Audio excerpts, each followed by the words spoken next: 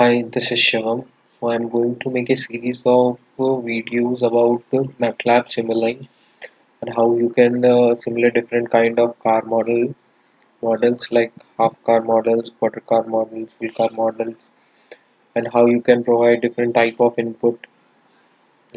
So at the end of this series, you will able to make your own model from the scratch and simulate it and even optimize it.